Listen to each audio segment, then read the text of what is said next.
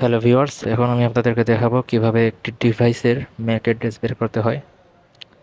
তো সেই জন্য সর্বপ্রথম আমাদের ওয়াইফাইয়ে যেতে হবে সেটিং থেকে। তো সর্বোপরি আমি সেটিংয়ে চলে আসলাম। সেটিং থেকে আমি একটি ওয়াইফাইয়ে যাব। ওয়াইফাই অপশনে ক্লিক করার পরে অ্যাডভান্স অপশনে ক্লিক করব।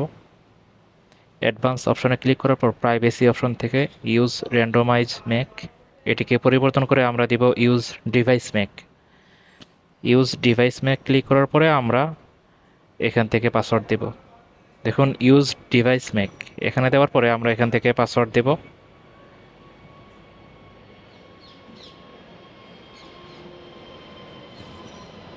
পাসওয়ার্ড দেওয়ার পরে আমাদের কিন্তু এখানে পাসওয়ার্ডটি সেভ হয়ে থাকবে।